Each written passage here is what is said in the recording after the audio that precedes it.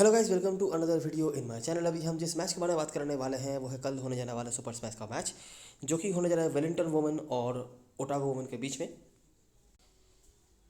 Wellington women मतलब Wellington Blaze, Otago women मतलब Otago sparks, ये तो आप समझ ही सकते हो। लास्ट मैच डे मतलब पहला मैच जो था ऑकलैंड बनाम कैंटरबरी का, वुमेन और मेंस दोनों ही मैच हमारे लिए काफ़ी अच्छा गया। परफेक्ट तो मैं नहीं कहूँगा डेफिनेटली, लेकिन अच्छा गया। मुझे लगता है वुमेन वाले मैच में भी आपने इजीली विन किया होगा। कैप्टन वाइस कैप्टन बहुत क्रिस्टल क्लियर बता के रखा हुआ था।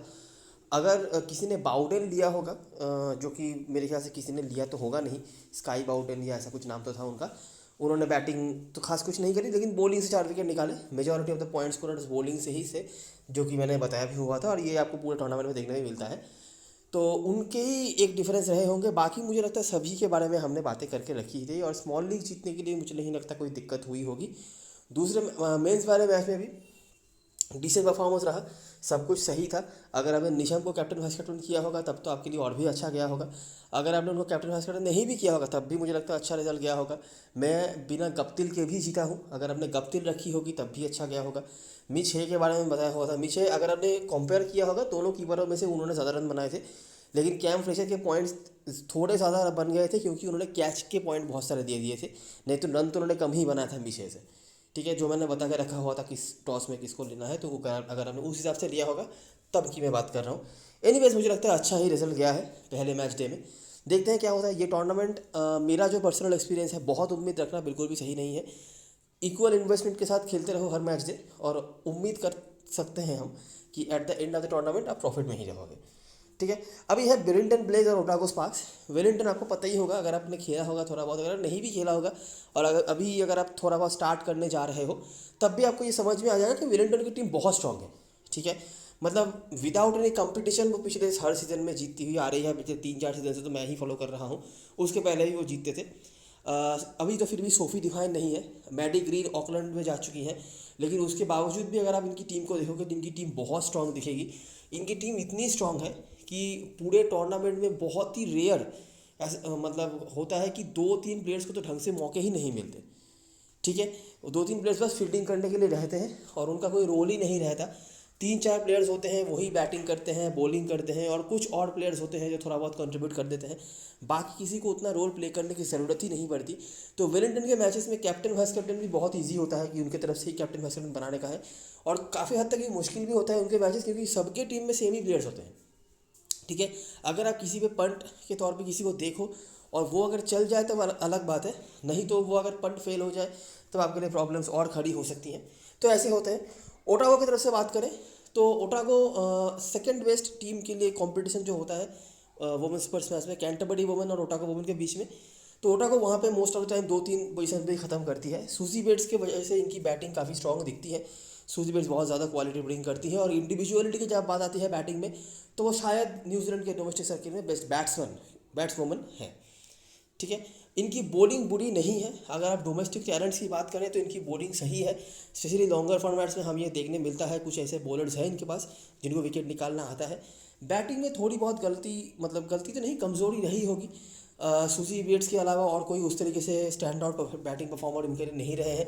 केट इब्राहिम पिछले सीजन तक खेल रही थी, लेकिन वो भी अभी नहीं अवेलेबल होंगी, रिटायर हो चुकी हैं शायद, तो वो एक बैलेंस रही थी। बाकी जो बैट्सवुमन है वो बहुत यंग है, हो सकता है आने वाले टाइम पे वो भी कुछ अच्छा करे, लेकिन अभी के लिए उनके ऊपर तो भरोसा नहीं किया जा सकता है। तो ऐसा सीन है।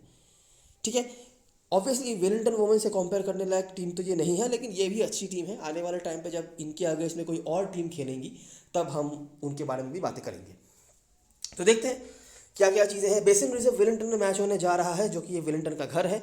वेदर क्लियर है, दिक्कत वाली बात नहीं है। आखिरी 5 मैचों की बात करें तो जैसा कि आप उम्मीद रख भी सकते हैं कि वेलिंगटन यहाँ पे 5-0 से आगे चल रही है, कोई कंपटीशन नहीं है, जो कि 90% फिक्चर में आपको देखने मिल जाता है। अगर हम इस ग्राउंड में रिकॉर्ड्स की बात करें तो यहाँ पे भी ऐसा ही मामला है। पिछले सीजन में हालांकि लास्ट मैच वेलिंगटन को हारना पड़ा था अपने घर पे ऑकलैंड के अगेंस्ट में, और वो तब जब उन्होंने कुछ इंपॉर्टेंट प्लेयर्स को रिस्क दे दिया था तो ऑकलैंड ने उस टीम को हराया था। नहीं तो बाकी के सारे मैच वो जीत ही जाते, हो सकता है वो मैच भी जीत जाते जो मैच वो हारे थे, अगर अपने पूरी टीम के साथ वो आते। लेकिन जो भी हो, पिछले 2 सीजनों में 10 में से 9 मैच के रिजल्ट आए हैं, मतलब 10 के 10 रिजल्ट आए हैं, उनसे 9 वो जीते हैं और एक उनको हारना पड़ा है। पिछले सीजन में वेलिंगटन ने खत्म किया था पहले स्थान पर एज यूजुअल लीग स्टेज में, और वो चैंपियन भी बने थे। और ओटागो ने ख़त्म किया था दूसरे स्थान पर। जैसे मैंने बताया कि दूसरे स्थान के लिए ओटागो और कैंटरबरी वुमेन के बीच में लड़ाई होती है। कैंटरबरी ने तीसरे स्थान पर खत्म किया, जैसे हमने लास्ट मैच के वीडियो में बताया भी हुआ था। इंडिविजुअल परफॉर्मर्स की अगर हम बात करें तो ये आप साइड से साइन से समझ सकते हैं कि कौन से प्लेयर कहाँ से गए हैं। ये ब्लेज का साइन है जो कि वेलिंगटन वुमेन का लोगो होता है, और ये स्पार्क्स मतलब ओटागो वुमेन का जो ओटागो स्पार्क्स होता है वो है। तो ओटागो की तरफ से एक ही बैट्सवुमन है सूजी बेट्स, जैसे मैंने पहले ही बताया 5 ही मैच खेला था इन्होंने, लेकिन सबसे ज़्यादा रन 293, एक 100 भी बना रखा हुआ है। बाकी यहाँ से एमेलिया कर और रेबेका बर्न्स का नाम आया है। रेबेका बर्न्स मतलब वही है कि अगर कोई बड़ी प्लेयर्स के बाद आपको कोई बैटिंग के अच्छे ऑप्शन देखना होता है वेलिंगटन की तरफ से, तो उनमें से एक आध बार नाम इनका आ जाता है, लेकिन ऑब्वियसली कुछ खास रोल इनका रहा नहीं, आप समझ ही सकते हैं। 10 इनिंग्स बैटिंग करने के बाद भी सिर्फ 31 का औसत है, नॉट आउट भी रही होंगी और एक अच्छे तक है बस। एमेलिया कर ऑब्वियसली तो आप जानते ही होंगे, अगर आप थोड़ा बहुत भी फॉलो करते होंगे न्यूजीलैंड डोमेस्टिक या फिर वुमेन क्रिकेट, न्यूजीलैंड सिर्फ नहीं वुमेन क्रिकेट, तो आपको एमेलिया कर का नाम तो पता ही होगा, तो वो मुझे बताने की ज़रूरत नहीं है। अगर हम बॉलिंग की बात करें तो यहाँ पे भी सिर्फ एक ही प्लेयर का नाम आपको देखने मिल जाएगा, ये एमा ब्लैक होगा, एन लिख दिया है मैंने गलती से। 10 मैच 12 विकेट इनके खाते में है। इनके बारे में बहुत सारी बातें करनी है, देखते रहना। अच्छी बॉलर है ये और one of the most talented bowler में से दिखती हैं ये मुझे पेसर्स की अगर हम बात करें, जो कि शायद आने वाले टाइम पे न्यूजीलैंड वुमेन की टीम में आपको रेगुलरली खेलते हुए दिखेंगी। अभी भी हो जाना चाहिए था, पता नहीं क्यों उनको मौका नहीं मिला, लेकिन आने वाले टाइम पे डेफिनेटली उनको मौका मिलेगा। बाकी निकोल बेट ये पिछले सीजन में डेब्यू किया था काफ़ी उम्र के बाद, मतलब ये यंग प्लेयर नहीं है लेकिन इनएक्सपीरियंस्ड है, लेकिन इन्होंने काफ़ी अच्छी बॉलिंग कराई थी, काफ़ी रेगुलर इनको मौका मिलने लगा था डेब्यू के बाद से, जो कि जनरली वेलिंगटन की टीम में होता नहीं है, लेकिन इन्होंने अपना जगह बनाया और अच्छी बॉलिंग कराई थी इन्होंने। ली कैस्पेरिक और जेस्कर ये तो इंटरनेशनल बॉलर्स हैं, ये मुझे बताने की ज़रूरत नहीं है। अभी आ जाते हैं और देखते हैं जब ये दोनों टीमें आमने सामने हुई हैं आखिरी कुछ मैचेस में तो क्या क्या चीज़ अपने को देखने मिल रहा है। वन साइडेड डोमिनेशन तो आपको देखने मिलेगा ही, लेकिन फिर भी ढूंढने की कोशिश करते हैं कि अगर कुछ अलग प्लेयर्स ऐसे कुछ पॉइंट्स निकल के आते हैं तो वो हमारे किसने काम पे आ सकते हैं। ठीक है, पहला मैच क्वींसटाउन में हुआ था, जो कि वेलिंगटन का घर ही होता है। वेलिंगटन ने बना था 157। एमेलिया कर और कैस्पेरिक के परफॉर्मेंस आपको दिख जाते हैं। कैस्पेरिक पहले ओटागो के ऊपर खेलते थे, लेकिन जब से उन्होंने ओटागो छोड़ा है, ओटागो के अगेंस्ट में जब भी वो खेलती हैं वो अच्छा ही करती हैं और कभी कभी एमेलिया कर से भी बेहतर कर जाती हैं। आपको मैं दिखाता हूँ, नोटिस करना, यहाँ 56 रन हैं एमेलिया कर के, कैस्पेरिक के 24 रन। बाकी ओल्डशॉ, कार्सन, मॉलिलो, ब्लैक, इनके सबके विकेट्स यहाँ पे थे। ओटागो चेस नहीं कर पाई और 91 पर निपट गई। सूसी बेट्स ने कुछ स्टार्ट तो लिए थे, लेकिन उनकी डाल वेलिंगटन के अगेंस्ट में नहीं गलती है मोस्ट ऑफ द टाइम। हालांकि पिछले सीजन में एक बड़ा रन उन्होंने बनाया था, लेकिन मेजॉरिटी ऑफ द टाइम वो वेलिंगटन के अगेंस्ट में रन नहीं बनता है। बाकी बॉलरों में से आपको जेस्कर, मानेका सिंह, एमेलिया कर, कैस्पेरिक और जेटली दिख जाते हैं। अगर आप यहाँ पे फैंटेसी पॉइंट्स कलेक्ट करेंगे तो आपको कैप्टन वाइस कैप्टन के रूप में एमेलिया कर और जेस्कर मेजॉरिटी ऑफ द पॉइंट्स देते हुए दिख जाएंगे। ठीक है, बाकी भी जितने बॉलर्स हैं सबने पॉइंट निकाले, लेकिन एमेलिया कर 56 रन 2 विकेट और कैस्पेरिक 24 रन और 2 विकेट, और वेलिंगटन ने वन साइडेडली मैच जीत लिया। अगला मैच और पहला मैच जो वेलिंगटन में हो रहा है, जहाँ पे कल का मैच होने जा रहा है, 2022 का मैच है ये। छोटा मैच हो गया था 12 ओवर का, लेकिन फिर भी वेलिंगटन ने अच्छी बल्लेबाजी करी, 108 बर्न्स के स्कोर। बॉलरों में से लो, ब्लैक, ये दो नाम रिपीट हो रहे हैं, कार्सन ओल्डशॉ के विकेट से। ओटागो वापस से निपट गई 75 पर। फिर से एमेलिया कर और जेटली बॉलिंग से हैं, बाकी कैस्पेरिक, मानेका सिंह, जेस्कर, वो पाँचों के पाँचों बॉलर्स यहाँ पर विकेट ले रहे हैं, वहाँ पे भी ले रहे थे। यहाँ पे भी आपको चारों के चारों ओटागो के बॉलर्स जो विकेट लेते हुए दिखे हैं, ऊपर भी वही थे। ठीक है, और दोनों ही मैच में ओटागो ऐसे बैटिंग साइड ध्वस्त हो गई है। अगर सूजी बेट्स कुछ करे तो कुछ बात बने, नहीं करे तो खत्म।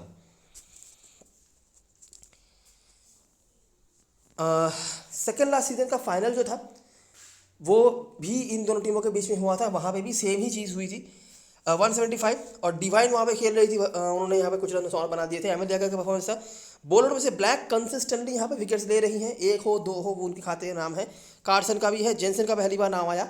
ओटागो वापस से यहाँ पे 100 रन पर निपट गई। पिछली 2 बार 100 रन का भी उन्होंने मार्क नहीं छुआ था, यहाँ पे छुआ, लेकिन कोई फायदा नहीं। कैस्पेरिक इस बार भी बढ़िया परफॉर्मेंस डिवाइन के साथ। बाकी मानेका सिंह, जेस्कर, एमेलिया कर ये कंसिस्टेंटली यहाँ पे विकेट्स ले रही हैं। मानेका सिंह का नाम भी 3 बार आया है, और याद रखना ऐसे फिक्सचरों में एक आध विकेट बहुत मैटर करता है।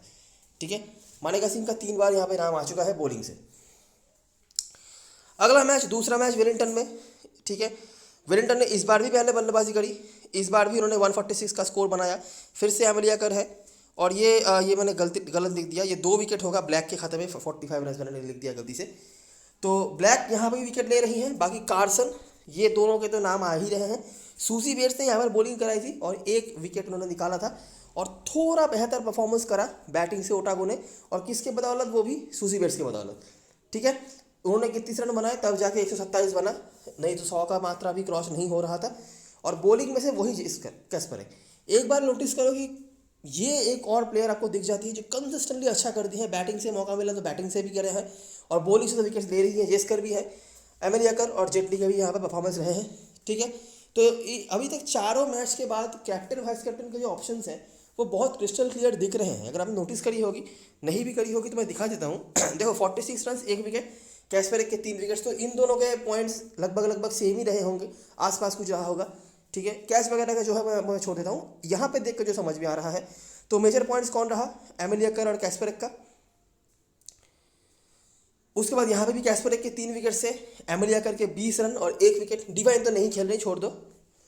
उसके पहले यहाँ पे हमने क्या देखा था, एमिलिया कर के 2 विकेट, कैस्पेरिक के 1 विकेट, और एमिलिया कर ज़्यादा पॉइंट ऑब्वियसली उनका है।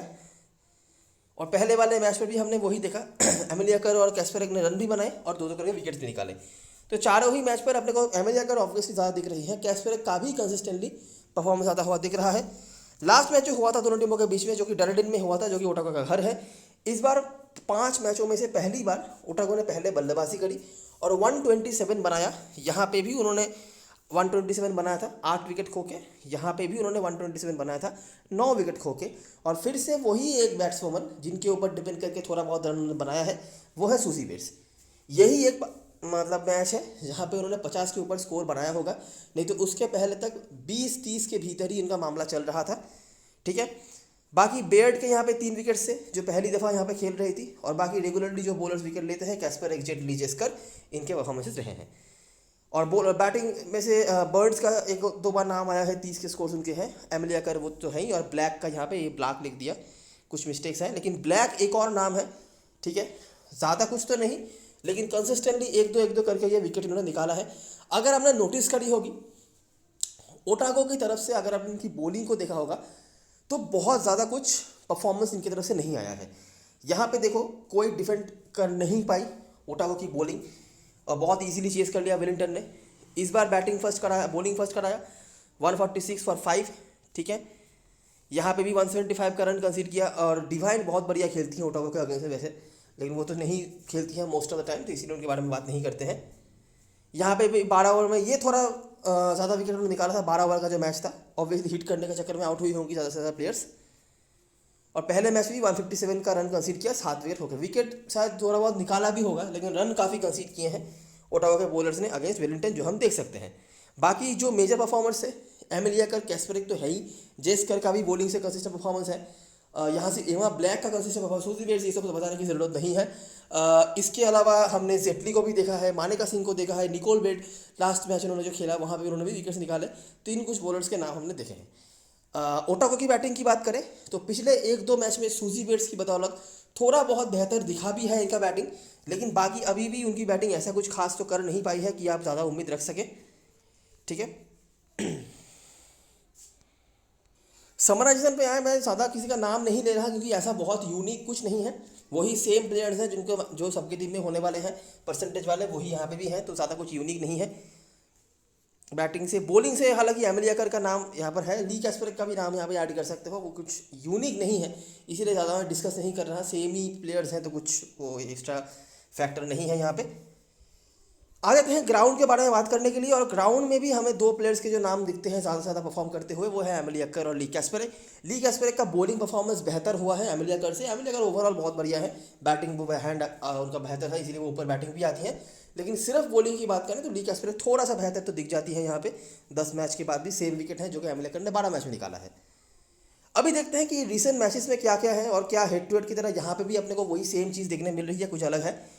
तो ये जो आपने हेड टू हेड देखा था ऊपर 12 ओवर का मैच, बर्न्स के स्कोर थे, एमिलिया कर, जेटली के 2, कैस्पेरिक, मानेका सिंह और जेस्कर का 1-1 करके विकेट।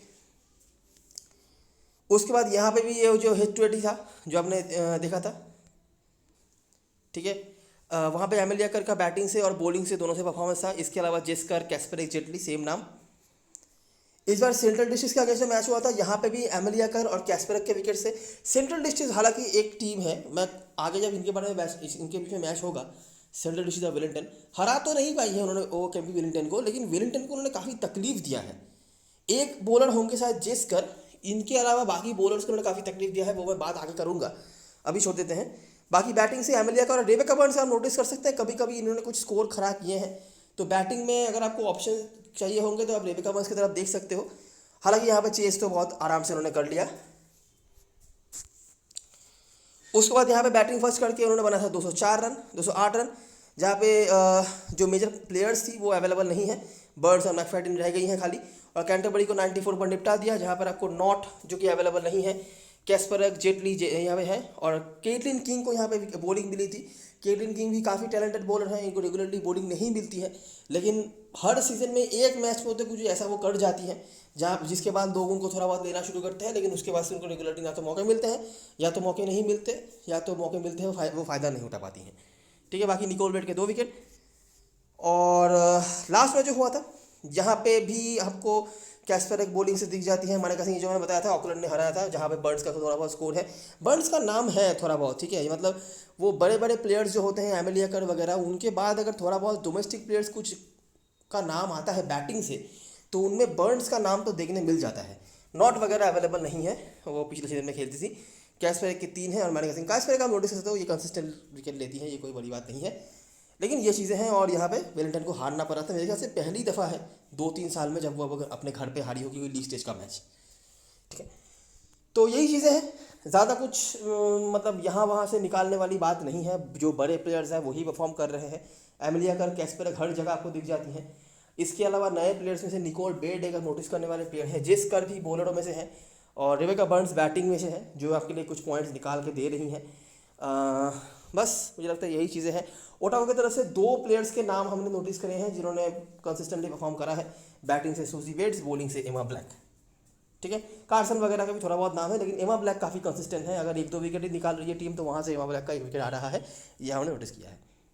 बराबर, अभी हम आ जाते हैं प्रोबेबल प्लेइंग 11 की तरफ। तो ऐसा प्लेइंग 11 आपको देखने मिल सकता है जहाँ पर प्लिमर ओपनिंग कर सकती हैं, या फिर यहाँ पे मैकफैडियन भी ओपनिंग कर सकती हैं। मैकफैडियन 50 ओवर फॉर्मेट में रेगुलर ओपनिंग करती हैं, लेकिन T20 में इनको नीचे भेज दिया जाता है, पता नहीं क्यों। तो अगर वो ओपनिंग करती है तो ऑब्वियसली कीपर सेक्शन में वो अच्छी ऑप्शन हो जाएंगी, लेकिन T20 में उन्होंने कुछ खास अभी तक करा नहीं है। लॉन्गर फॉर्मेट में बहुत अच्छी प्लेयर हैं ये। Plimer, Rebecca Burns, Caitlin King जो नंबर 3 पे आ रही थी, लेकिन मुझे उम्मीद नहीं है कि वो नंबर 3 पे आएंगी, वो नीचे ही बैटिंग आएंगी। लाइनअप आपको आने बाद पता चल भी जाएगा बैटिंग ऑर्डर क्या होने वाली है। अभी के लिए ये देख के लगो, एमेलिया कर, चैंडलर, कैस्परक, निकोल बेट और ज़ारा जेटली। अभी यहाँ से जो प्लेयर्स आपके लिए इंपॉर्टेंट हो सकते हैं, देखो ऑलरेडी जो प्लेयर्स आपकी टीम में है वो होंगे, अच्छा यहाँ पे जेस्कर और क्रैश कोडाई भी है, इनको मैंने नोटिस नहीं किया था। अच्छा, जो प्लेयर्स ऑलरेडी आपकी टीम में होंगे, जेस्कर, कैस्परक, एमेलिया कर, रेबेका बर्न्स, ये 4 आपको लेके ही चलना है। ठीक है, आप इनको छोड़ेंगे नहीं, ये आपके कोर हो गए। मतलब अगर ऐसे साइड्स में खेल रहे हो जहाँ पे 7+4 है और आपको मिनिमम 4 प्लेयर्स तो लेने ही है हर टीम से, तो वहाँ पे ये 4 तो होंगे। हालांकि मुझे लगता नहीं आप किसी भी साइड में वेलिंगटन के प्लेयर्स कम लोगे, लेकिन फिर भी। अच्छा, इसके बाद जो प्लेयर्स की तरफ आप देख सकते हो, जॉर्जिया प्लिमर, ये टॉप ऑर्डर में ही आएंगी, या तो ओपनिंग करेंगी या तो नंबर 3 तक आएंगी, नंबर 3-4 तक। काफ़ी अच्छे फॉर्म से गुजरी हैं। जो रिसेंटली 50 ओवर का वो था, एक 100 भी इन्होंने लगा के रखा है, और न्यूजीलैंड की टीम के आसपास घूमने वाले प्लेयरों में से ये एक है। ठीक है, ये एक काफ़ी टैलेंटेड प्लेयर है। मैं ये नहीं कह रहा कल के मैच में चल जाएंगी, लेकिन आने वाले टाइम पे ये हो सकता है इसी टूर्नामेंट में आपको ये काफ़ी अच्छी करती हुई दिख सकती हैं। आप सोफी डिमांड की तरह उम्मीद मत रख लेना कि 150-200 के स्ट्राइक रेट से खेलेंगी, लेकिन रन बना सकती है। ठीक है, रन बनाने की एबिलिटी है, तो आप इनकी तरफ देख सकते हो। केटलिन किंग ऊपर बैटिंग भी आ सकती हैं, और अगर इनको टीम भरोसा करे बॉलिंग के लिए तो ये काफ़ी अच्छी बॉलिंग ऑप्शन भी है। हेड टू हेड में भी एक बार उन्होंने विकेट निकाल के रखा हुआ है, हेड टू हेड या ग्राउंड पे कहीं पे। तो केट चैंडलर का भी सेम सीन है, इनको भी नंबर 4-5 तक बैटिंग मिल रही थी 50 ओवर फॉर्मेट के मैचेस में, डोमेस्टिक जो कुछ मैचेस हो रहे थे, और बॉलिंग भी प्रॉपर ये कर लेती हैं। इनके पास बंचेस में विकेट लेने का भी एबिलिटी है। इनके पास इतने सारे बॉलिंग ऑप्शन है ना कि आपको कभी पता ही नहीं चलेगा कि किसको ये बॉलिंग देंगे, किसको नहीं देंगे। वो तो अभी थैमसिन न्यूटन नहीं खेल रही हैं इनकी टीम में, नहीं तो ये भी खेलती थी, इनके पास भी बॉलिंग करने का वो था, ऑप्शन था, उनको भी बॉलिंग नहीं मिली और अभी वो दूसरी टीम में जा चुकी हैं। तो ये दोनों एक ऑप्शन है, लेकिन स्मॉल लीग में अगर जगह बने तो ले लेना, नहीं बने ना भी लोगे चलेगा, लेकिन ये बॉलिंग ऑप्शंस हैं और ये बैटिंग भी अच्छी कर लेती हैं। और नीचे आ जाओगे तो आपको नटाशा कोडायर दिख जाएंगी, ये रिसेंटली जो 50 ओवर फॉर्मेट के मैचेस हो रहे थे, इवन इन दोनों टीमों के बीच जो मैच हुआ था जहाँ पे लगभग लगभग सेम ही टीम था दोनों का, बड़े प्लेयर्स ऑब्वियसली नहीं खेल रहे थे, डोमेस्टिक प्लेयर्स सारे खेल रहे थे, वहाँ पे इन्होंने 2 मैच जो हुआ था ओटावा वुमेन के अगेंस्ट में, वहाँ भी ये हाईएस्ट विकेट टेकर थी 2 मैच मिलाकर, ठीक है। और काफ़ी अच्छी बॉलिंग कराई है इन्होंने नए बॉल के साथ। पॉसिबिलिटी है कि जेस्कर के साथ ये ओपनिंग बॉलिंग पे आ सकती हैं। ऊपर जो मैंने 2 नाम बताए, केटलिन किंग और केट चैंडलर, उनके शायद बॉलिंग करने के चांसेस उतने नहीं हैं, लेकिन टैश कोटायर के बॉलिंग करने के चांसेस बहुत ज़्यादा हैं क्योंकि मानेका सिंह नहीं खेल रही हैं, ठीक है। तो ओपनिंग बॉलिंग आपको नटाशा कोटायर आते हुए देख सकती हैं जेस्कर के साथ, और एक बहुत अच्छी ऑप्शन है, बिल्कुल ट्राई किया जा सकता है। मैं बार बार कह रहा हूँ ये जो नाम मैंने बताए ज़रूरी नहीं कल के मैच में ही चले, लेकिन आने वाले टाइम पे हो सकता है कल के मैच में भी ये आपको चलते हुए कहीं ना कहीं पे दिख ही जाएंगे, ठीक है। तो 4 प्लेयर्स जो आपने कोर बना लिए, उसके बाद सबसे पहले जिस प्लेयर को मैं ऐड करना चाहूँगा एक्स्ट्रा प्लेयर्स में से, वो है नटाशा कोटायर। उसके बाद प्लीमर है बैटिंग से, और निकोल बेड, इन्होंने काफ़ी अच्छे परफॉर्मेंस करके रखे हैं। 50 ओवर में उतना भी खास नहीं, अच्छा बॉलिंग वहाँ पे भी किया था उन्होंने, उतना भी खास नहीं, लेकिन इस फॉर्मेट में इन्होंने काफ़ी विकेट्स निकाल के रखे हैं और काफ़ी टाइट बॉलिंग कराती हैं ये, इसीलिए शायद 10 ओवर का बॉलिंग अगर हो तो वहाँ पे लोग संभल के भी खेले, लेकिन 4 ओवर की बॉलिंग की जब बात आती है जिनको लोग विकेट दे देते हैं। तो ये 3 ऑप्शंस हैं 4 प्लेयर्स के बाद, आप इनकी तरफ देख सकते हो। और अगर ये इनमें से कोई नहीं खेले या इनको अगर आप ट्राई नहीं करना चाहते, तब वो केटलिन किंग, केट चैंडलर, ये भी ऑप्शंस है आने वाले टाइम पे, उनके भी तरफ आप देख सकते हो। बात करें ओटागो की तरफ से, तो 2 जो प्लेयर्स आप ऑलरेडी लेके चलोगे वो है सुजी बेट्स और एमा ब्लैक, ठीक है। ये नीचे नाम है इनका, लेंगे कैसे एमा ब्लैक। अभी देखो, अगर मैकफैडियन नीचे बैटिंग आती हैं, नंबर 3-4 तक बैटिंग वो नहीं आती हैं, तो कीपर सेक्शन में पॉली इंग्लिश मस्ट हैव हो जाती हैं। पॉली इंग्लिश भी काफ़ी अच्छे फॉर्म से गुजरी हैं डोमेस्टिक सर्किट में, और इनको टॉप ऑर्डर में बैटिंग भी मिल सकती है, ओपनिंग भी कर सकती हैं, तो इनको डेफिनेटली आप ले सकते हो। इन्होंने भी काफ़ी कंसिस्टेंटली स्कोर करके रखा हुआ है। मैकफैडियन अगर ऊपर नहीं आती है, जिसके चांसेस बहुत ज़्यादा हैं, तो पॉली इंग्लिश आपके लिए अच्छे ऑप्शन बन जाएंगे कीपिंग सेक्शन से। बाकी एक ऑप्शन है जिनको आपको मेरे ख्याल से लेना ही चाहिए, वो है लेडन डेविस। लेडन डेविस पिछले सीजन में भी खेली थी, लेकिन ना ही इनको बैटिंग मिलती थी ना ही इनको बॉलिंग मिलती थी। इस सीज़न में जो मैचेस हुए हैं 50 ओवर फॉर्मेट में, वहाँ पे ये बहुत बढ़िया परफॉर्मेंस उन्होंने करा है, बैटिंग से भी बॉलिंग से भी कंसिस्टेंट विकेट निकाल के रखा हुआ है। और मुझे कहीं ना कहीं पे लग रहा है 1 2 3 4 मतलब 5th 6ठे बॉलिंग के ऑप्शन लेडन डेविस हो सकती है अगर टीम को ज़रूरत पड़े तो, ठीक है। और भी ऑप्शंस हैं यहाँ पे, ब्लेकली भी बॉलिंग करा सकती हैं, लेकिन लेडन डेविस मेरे ख्याल से पहली ऑप्शन बननी चाहिए अगर टीम को बॉलिंग की ज़रूरत पड़े तो। सुजी बेट्स भी हैं, लेकिन लेडन डेविस ने जिस फॉर्म को दिखाया है, मुझे लगता है डेफिनेटली इनके पास अपॉर्चुनिटी आनी चाहिए बॉलिंग करने की। लेकिन वही बात है कि अगर उनको बॉलिंग नहीं मिलती है तब आपके किसी काम पे नहीं है, तो हमें नहीं पता है कि टीम को किस तरीके से यूज़ करेगी T20 में। 50 ओवर अलग बात है, लेकिन यहाँ पे जब बड़े प्लेयर्स आ जाते हैं तब चीज़ें बदल जाती हैं, तो हमें पता नहीं है। लेकिन इस प्लेयर की तरफ आप नज़र रख सकते हो, और अगर आपको नहीं समझ में आ रहा है किसको लेना है, क्या करना है, तो कार्सन को लेके चल सकते हो। कार्सन के रिकॉर्ड बुरे नहीं है और इंटरनेशनल एक्सपीरियंस भी है, तो डेफिनेटली आप इनकी तरफ देख सकते हो, ठीक है। ईडन कार्सन और एक पंट है मॉली लो के रूप में, मॉली लो के भी हिट रिकॉर्ड बुरे नहीं है, तो इन दोनों में से किसी की तरफ देख सकते हो। मेरे ख्याल से ओटागो की तरफ से आप एनीवेज कम प्लेयर लेने वाले हो, तो इसीलिए सुजी बेट्स, पॉली इंग्लिश, एमा ब्लैक, ये 3 हो गए, और कार्सन और मॉलिडो में से किसी एक को लेके आप अपना कोर बना सकते हो। इसके साथ जिन प्लेयर्स को आप नोटिस कर सकते हो, लेडन डेविस मैंने बताया, बॉलिंग अगर करवाती हैं तो बहुत इंपॉर्टेंट प्लेयर बन जाएंगी। सिर्फ बैटिंग के लिए आप शायद इनको ना लो क्योंकि ऑलराउंडर सेक्शन में होंगी। ब्लेकली है बैटिंग से एक ऑप्शन, और कार्सन और लो में से आपने जिसको ड्रॉप किया था उनको लेके आप ज़्यादा प्लेयर ले सकते हो ओटागो की तरफ से भी। बेंच पे ये दोनों प्लेयर्स होंगी, सिम्स विलिटन की तरफ से और वाटकिंस ओटागो की तरफ से। मुझे लगता नहीं इनको खेलने का मौका मिलेगा। कैप्टन पर्सन चॉइसेस की बात करें तो सेफ में सुजी बेट्स और कार्सन आ जाती हैं ओटागो की तरफ से, और उसके बाद ब्लैक, लेडन डेविस तभी इंपॉर्टेंट होंगी अगर इनको बॉलिंग मिले, जिसके चांसेस कम तो है लेकिन इम्पॉसिबल नहीं है, पता नहीं मिलेगी या नहीं। पिछले सीजन में ये बॉलिंग नहीं करा रही थी किसी भी फॉर्मेट में, लेकिन इस सीजन में इन्होंने बॉलिंग कराई है और सक्सेसफुल भी रही है, तो देखते हैं क्या होता है। और इंग्लिश रिस्की में से अगर आप देखना चाहती हैं तो और एमिलिया का कैस्परेक, ये परसेंटेज हैं, लॉजिकल हैं, हमारे टीम में भी होंगे, मेरे ख्याल से आपकी टीम में भी होने चाहिए। उसके बाद जेस्कर और कोडायर। कोडायर की तरफ लोग शायद जल्दी ना देखें, लेकिन ये डेफिनेटली ओपनिंग बॉलिंग पे आएंगे। 1-2 ओवर तो कहीं नहीं जा रहा इनका, अगर ओपनिंग बॉलिंग पे आ जाती हैं तो। उसके बाद देखना पड़ेगा क्या करती है नहीं करती हैं। उसके बाद चैंडलर, केटलिन किंग, दोनों का सेम ही है, लेकिन पता नहीं किस तरीके से टीम इनको यूज़ करेगी पहले मैच पर। आने वाले टाइम पर डेफिनेटली उनको टीम यूज़ तो करेगी ही, कब करेगी वही देखना है। और प्लीमर बैटिंग से। तो मैंने ऐसा स्ट्रक्चर बना के रखा है और मुझे लगता है ये टीम काफ़ी हद तक फाइनल भी हो सकती है मेरी तरफ से। एमा ब्लैक और ईडन कार्सन, मैंने इन दोनों बॉलर्स को रखा है, ठीक है। ईडन कार्सन का बहुत ज़्यादा कुछ नहीं है, लेकिन इनका परसेंटेज ज़्यादा होगा, इंटरनेशनल एक्सपीरियंस है, थोड़ा बहुत है भी नाम हेड टू हेड में, तो इसलिए मैंने रख रखा है। अगर आप रिस्क लेना चाहते हो तो ईडन कार्सन के जगह पे आप यहाँ पे मॉली लो को भी ले सकते हो, जिनके हेड टू हेड रिकॉर्ड बेहतर दिखे हैं, ठीक है। या फिर लेडन डेविस।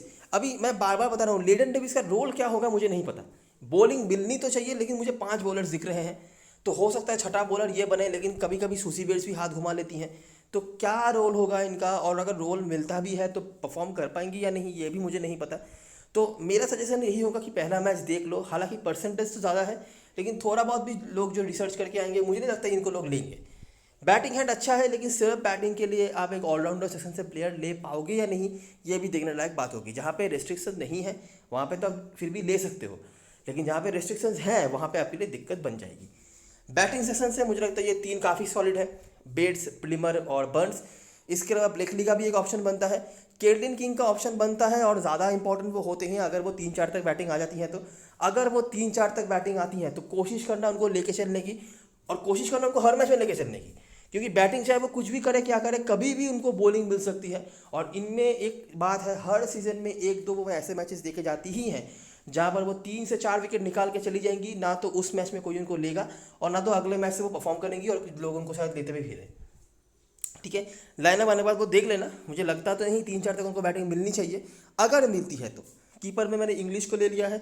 अगर मैकफैडन नीचे आती हैं, जो कि मोस्टली वो आती हैं T20 में, तो इंग्लिश बेहतर ऑप्शन है और बेहतर कर भी रही हैं। मैकफैडन भी अच्छे कर रहे हैं, लेकिन अगर वो नीचे बैटिंग आती है तो शायद उनको बैटिंग ना ही मिले, तो क्या ही लोगे आप उनको। बाकी सब कुछ सेट है यहाँ पे। कैप्टन वाइस कैप्टन एमिलिया कर कैस्परक, कोई दिक्कत वाली यहाँ पे बात नहीं है। अलग देखना है तो जेस्कर के साथ भी आप जा सकते हो, इनके भी रिकॉर्ड्स अच्छे हैं। इसके अलावा मुझे नहीं लगता कि कहीं पे भी कुछ अलग करने की ज़रूरत है। ये फॉर्मेट ऐसा नहीं है जहाँ पे आप बहुत अलग कुछ परफॉर्मर्स निकाल के लाओ कैप्टन वाइस कैप्टनसी के लिए। पंट के तौर पे आप निकाल सकते हो, जैसे कि हमने यहाँ पे कोडायर को लिया है, बेयर्ड को लिया है। जनता क्या करेगी, जनता जो अभी के लिए मुझे लग रहा है जेस्कर, ईडन कार्सन और हेली जेनसन के साथ जाएगी। लेकिन हमने ईडन कार्सन को इनिशियली ले लिया था, तो हम इनको ले सकते हैं, लेकिन हेली जेनसन हमारे टीम में आ नहीं रही है, तो उनके जगह पर हम कोडायर और निकोल बेट को ले रहे हैं, ठीक है।